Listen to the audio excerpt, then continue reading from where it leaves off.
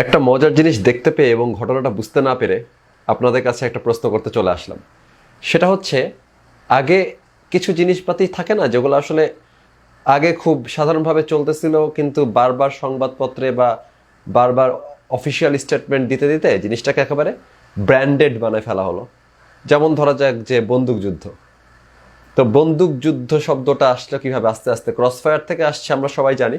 But Crossfire থেকে বন্দুকযুদ্ধ পর্যন্ত যা পৌঁছাইছে, একদম হেডিং হইতে হইতে খবরে আসতে আসতে একসময় জিনিসটা থিং হয়ে গেল। মানে সবাই জানে যে জিনিসটার মানে কি, সবাই জানে যে জিনিসটা বলে কি বোঝানো হচ্ছে।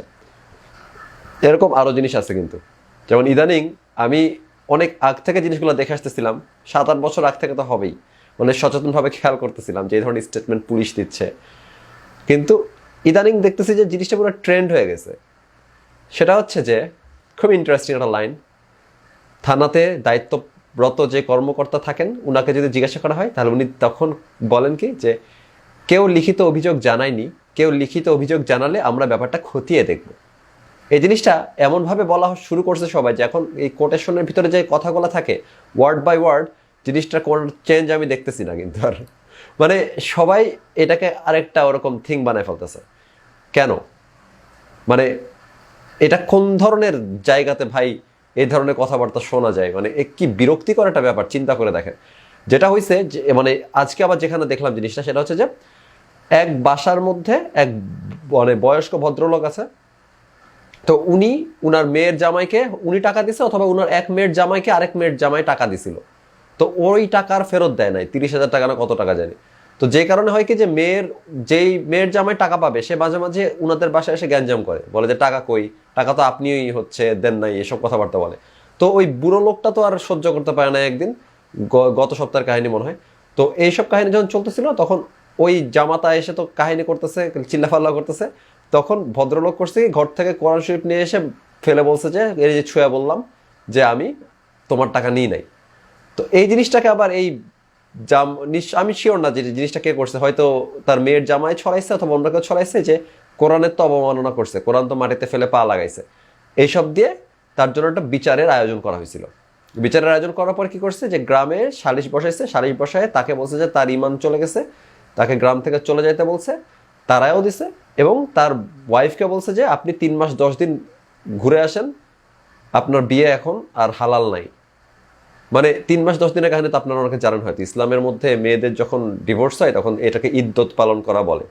তো এইসব করছে মসজিদের ইমাম, এবং তারপরে যখন পেপার গেছে তার কাছে, তখন মসজিদের ইমাম জিনিসটা স্বীকার করে বলছে যে আমরা ইসলামের আইন অনুযায়ী শাসন করে দিয়েছি, আমরা তো গায়ে হাত তুলিনি। ও মজার ব্যাপার হচ্ছে যে তার গলায় আবার জুতার মালা পরায় গ্রামে ঘুরায়, তারপর বের করে দিছে। তো এই ধরনের কাজ তো অবশ্যই নাগরিক অধিকার লঙ্ঘন। আপনি কে আরেকজনের বিচার করতে সালিশ বসানোর? আপনি কে তার গলায় জুতা পরানোর? আপনি কে তাকে গ্রাম থেকে বের করে দেওয়ার জন্য? স্বাধীন বাংলাদেশের যে কোনো ইঞ্চিতে যে কোনো মানুষ থাকতে পারবে। এরপরে যেটা হলো, এই ব্যাপারে যখন পুলিশকে ফোন করা হলো, তখন থানা থেকে বললো কি যে কেউ এখন আমাদেরকে লিখিত অভিযোগ দেয় নাই, দিলে আমরা জিনিসটা খতিয়ে দেখবো। আমি এইখানে স্টান্ড হয়ে যায়। মানে এটা কিন্তু শুধু একটা উদাহরণ, এটা কিন্তু এমন না যে এটা একমাত্র উদাহরণ, এটা প্রায় হচ্ছে। এবং প্রত্যেকবারই কোনো একটা ইনসিডেন্স ঘটলে পুলিশকে ফোন দিলে পুলিশ বলে কি, কেউ লিখিত অভিযোগ করলে আমরা খতিয়ে দেখবো। এর অর্থটা কি? যে আমি এইসবের ঝামেলার যেতে পারবো না ভাই, আমার এমনিতে অনেক কাজ, আমার অফিসে প্রচুর ফাইল জমা আছে, আমার এমনিতে প্রচুর জিনিস করা লাগবে, আমি আর নতুন ঝামেলা কাঁধে তুলতে রাজি না। এটার অর্থ তো এটাই নাকি? আর কোনো অর্থ আছে আপনার কাছে কি মনে হয়? আর কোনো অর্থ কি বের করা যায়? আর কোনো মানে কি বের করা যায় কথাটা? এখন যারা অলরেডি পুলিশের দায়িত্বে আছেন তাদের প্রায় অনেকে দৌড়ায় এসে বলে কি যে, ভাই তুমি কিছু জানো না, রিটার্ন ডায়েরি না করলে পুলিশের দেখার কোনো বাধ্যকতা নাই। আমি খুব ভালো মতন জানি পুলিশের দেখার বাধ্যকতা নাই, তো আমি তো বলি না যে পুলিশ জিনিসটা দেখতে বাধ্য। আপনাকে একটা কাহিনী শুনাই, যেটা হচ্ছে মাইক্রোসফটের সিইওর বইয়ের মধ্যে আছে। এটার অনুবাদ আমি করছিলাম, নালন্দা থেকে কিনতে পারবেন, হিট রিফ্রেশ। তো সত্য নাদেলা যখন মাইক্রোসফটে আবেদন করছে চাকরি পাওয়ার জন্য, তখন উনার তো দীর্ঘ একটা ইন্টারভিউ হয় ফেস টু ফেস। সেটার মধ্যে একটা পর্যায়ে তাকে জিজ্ঞাসা করা হয় যে, ধরো যে তুমি রাস্তা পার হচ্ছ, আমি ঠিক এক্স্যাক্টলি মনে করতে পারতেছি না, কিন্তু জিনিসটা অনেকটা এরকম যে, ধরেন যে আপনি অফিসে যাচ্ছেন বা জরুরি কোথাও যাচ্ছেন, এই সময় দেখলেন কি যে একটা লোক রাস্তার মাঝখানে শুয়ে আছে, তো আপনি করবেনটা কি? এইটার উত্তরে সত্য নাদেলা বলছিল যে আমি পুলিশকে ফোন করবো, 911-এ কল করবো, পুলিশ যা করা করবে। তখন তাকে বলা হয়েছিল যে তুমি ওকে ধরে রাস্তা থেকে সরাই এনে পাশে শুয়ে রাখবা না, বা জিনিসটাতে তুমি ইনভলভ হবে না? তারপর ওকে খুব সুন্দর মতো লেকচার দিয়ে বোঝানো হয়েছিল যে এমপ্যাথি জিনিসটা গ্রো করো রে ভাই। এমপ্যাথি মানে হচ্ছে যে হ্যাঁ, সত্য না দিলা চাকরি আইটলে হইতো না, এই উত্তরটা দেওয়ার জন্য উনি যেভাবে লিখছে বইয়ের মধ্যে। কেন হইতো না? এটা তো তার নাগরিক দায়িত্বের মধ্যে এতটুকুই পড়ে যে 911 ফোন দিছি, পুলিশকে ফোন দিয়ে দিছি, শেষ, আমার দায়িত্ব তো শেষ। পুলিশের কথা যেরকম আমাদের পুলিশ ড্রাইভাররা বলে অথবা অন্যরা বলে যে হ্যাঁ আমাদের তো দায়িত্ব নাই, যদি কেউ রিটার্ন কমপ্লেইন না করে তাহলে আমাদের দায়িত্ব নাই। অনেকে বলে আমার এখতিয়ার নাই। মানে যেন আপনাকে যদি বলা হয় যে ওই গ্রামের মধ্যে এই ধরনের ঘটনা ঘটছে, সাংবাদিক ফোন দিয়ে জিজ্ঞাসা করতেছে যে আপনার গ্রামের মধ্যে এরকম ঘটনা ঘটছে, এই ব্যাপারে আপনারা করছেনটা কি? এইখানে আসার পরে পুলিশের মিনিমাম রেসপন্সিবিলিটি কি? তারা বলবে যে আচ্ছা আমি এই বিষয়টাতে জানতাম না, আপনাদের কাছ থেকে জানলাম, আমরা রিটার্নকেও অভিযোগ দিলে সেটা নিয়ে আমরা তদন্ত করব, কিন্তু এমনিতে বিষয়টাকে খতিয়ে দেখার জন্য আমি আমার কনস্টেবলকে পাঠাচ্ছি অথবা আমি আমার নিজস্ব সোর্স ব্যবহার করতেছি।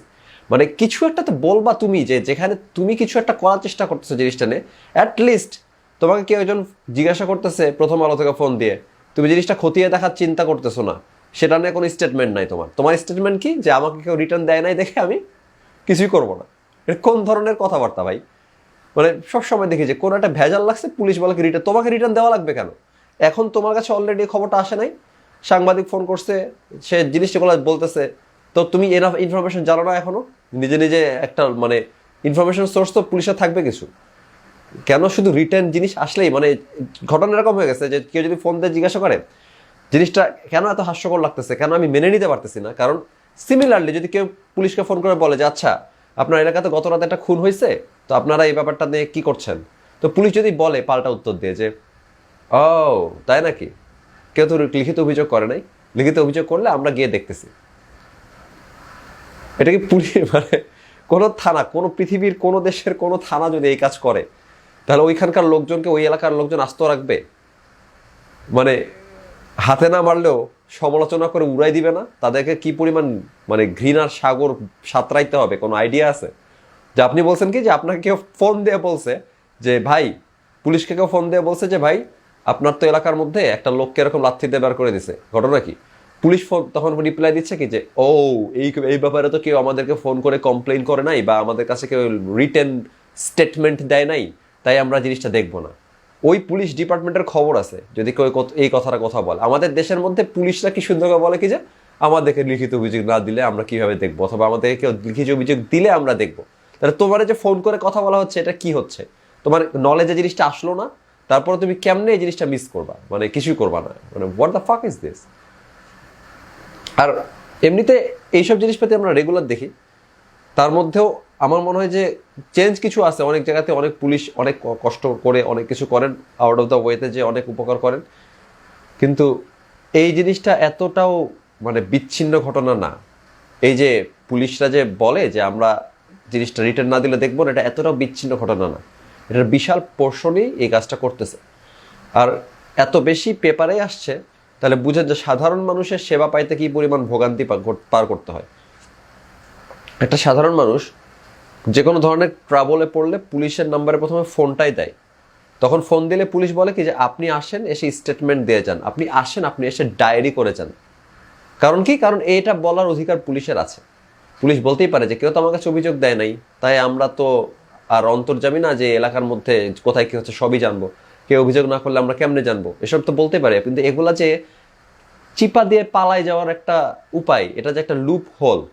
মানে পুলিশের চাকরি আপনাকে এই জন্য দেওয়া হয় নাই। পুলিশের চাকরি করতেছেন আপনি, অথবা পুলিশের চাকরি বাদ দেন, আপনি যদি এই নর্মাল একটা নাগরিক হন এবং তারপরে যদি আপনি দেখেন যে ঠিক সত্যনাথের সাথে যেটা বলা হয়েছিল যে আপনার কাজের বাইরে একটা জিনিস হচ্ছে দেখে আপনি বলেন কি এখানে তো আমার কিছু করার নাই, এটা বলার মতন জায়গা আপনার আসলে নাই।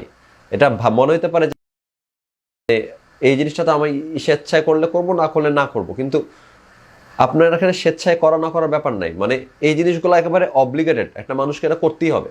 কেন করবে না? একটা মানুষ রাস্তায় পড়ে থাকলে কেন আপনি জাস্ট 911 ফোন দিয়ে চলে যাবেন? এটা একটা মানে থানার মধ্যে যদি কল আসে তাহলে আপনি কেন বলবেন যে আমাকে কেউ লিখিত অভিযোগ করলে তারপর দেখতেছি?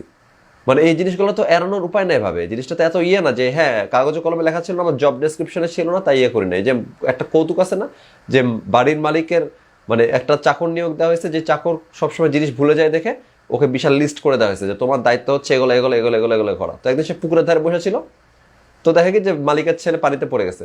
কারণ ওই চাকর খুব ভালো সাঁতার জানে, কিন্তু পানিতে যে ছেলে পড়লো তাড়াতাড়ি সে লিস্ট বের করে চেক করে দেখতেছে যে আসলে আমার লিস্টের মধ্যে তো মালিকের ছেলে পুকুরে পড়লে উঠানো নাই, তাই সে আবার পকেটে নিয়ে বসে আছে। মালিকের ছেলে চোখের সামনে ডুবে মারা গেছে। পরে লোকজন লাশ পাওয়ার পরে ধরছে যে কি ব্যাপার, কেউ দেখলো না, ওখানে তো কাজের ছেলেটাকে বসে থাকতে দেখছিলাম, কাজের ছেলেকে ধরছে, কাজের ছেলে আমি তো দেখছি ও মরছে। তো বাকিরা বললো তো বাঁচালি না কেন, সাঁতার পারিস না? ও বললো সাঁতার তো পারি। সবাই তো তাকে পারলে মারে। তখন সে লিস্টটা বের করে দেখালো যে ভাই দেখো, এই লিস্টের মধ্যে কোথাও লেখা নাই যে আমাকে মালিকের ছেলেকে বাঁচাতে হবে। তো পুলিশের লোকজন এইসব বললে হবে না ভাই, এসব ভুগি যুগি মানে বালের আলাপ করে তো লাভ নাই কোনো। যে আপনি লিস্ট বের করে দেখাবেন যে এই যে আমার জব ডিসক্রিপশনে লেখা নাই যে রিটার্ন অভিযোগ না থাকলে আমাকে যেয়ে দেখতে হবে জিনিসপাতি। আপনি এইসব বলতে পারেন না যে আমার কি কাজের অভাব আছে যে আমি আবার যে জায়গাতে যে দেখবো। আপনার এটা বলা কোনো রাইটই নাই। আপনারা বলতে পারেন না যে আমার কাজ বেড়ে যাচ্ছে, আমি এত দায়িত্ব নিতে পারবো না। এসব বলা কোনো রাইট না। আপনাকে একজন ফোন দিয়ে একটা অনিয়ম হোক বা অন্যায়ের ব্যাপার হোক অথবা কোনো আইন ভঙ্গের ব্যাপার হোক জানাচ্ছে অলরেডি, সেখানে আপনি আপনার নিজের লোক পাঠায় দেখতে পারবেন না। আপনার এত তেল, আপনার বাসায় এসে আপনার থানায় এসে আপনাকে বলে যাইতে হবে। লোকজনকে যখন ব্লগারদেরকে হত্যা করার জন্য মানুষজন হুমকি দিচ্ছিল, তখন তারা ফোন দেওয়া যখন বলছে যে আমাকে এরকম করতেছে, বলে কিন্তু থানায় এসে অভিযোগ করেছে। আরে শালার বেটারা তোমরা যাবা, যে তার কাছ থেকে স্টেটমেন্ট নিয়ে আসবা দরকার হলে। মানে একটা লোক তোমার কাছে রিচ করতেছে ফোন দিয়ে অথবা অন্য কোনো মিডিয়াম দিয়ে, সেখানে তুমি বলতেছো থানায় এসে লিখিত ডায়েরি দিয়ে যাইতে। কোন ধরনের সিস্টেম ভাই? মানে কোন ধরনের ডিউটি পালন করতেছে আমাদের পুলিশ বাহিনী? যাই হোক, অত্যন্ত বিরক্ত হলাম। এবং আপনারা পারলে কেউ বুঝান যে ওই স্টেটমেন্টটার মানে ওই কোটেশনটার মানে কি আসলে, যে কেউ লিখিত অভিযোগ দিলে আমি দেখব, কিন্তু আমাকে ফোনে আপনি এইমাত্র জানাইছেন যে একটা লাশ পড়ে গেছে কিন্তু আমি এটা দেখবো না। এটা কোন ধরনের রেসপন্স? অ্যাটলিস্ট আপনি যদি এতই অলস হন, আপনার পাছায় যদি এতই চর্বি থাকে, তাহলে আপনি অ্যাটলিস্ট এতটুকু সাংবাদিককে বলতে পারেন যে আমি আমার নিজস্ব সোর্স পাঠায় জিনিসটা নিয়ে একটু খতিয়ে দেখছি, তারপরে দরকার হলে আমরা হস্তক্ষেপ করব। এতটুকু মানবতার খাতিরে তো বলতে পারবেন, সেটা তো বলতে পারেন না। মানে বললে জানি কি না কি দায়িত্ব এসে ঘাড়ের মধ্যে পড়ে, কি না কি ঝামেলা হয়ে যায়। যত সব ইডিয়েট সব বসে আছে এসব জায়গাতে। যাই হোক, সবাই ভালো থাকেন। আমার র্যান্টিং শেষ, আপাতত বিদায়।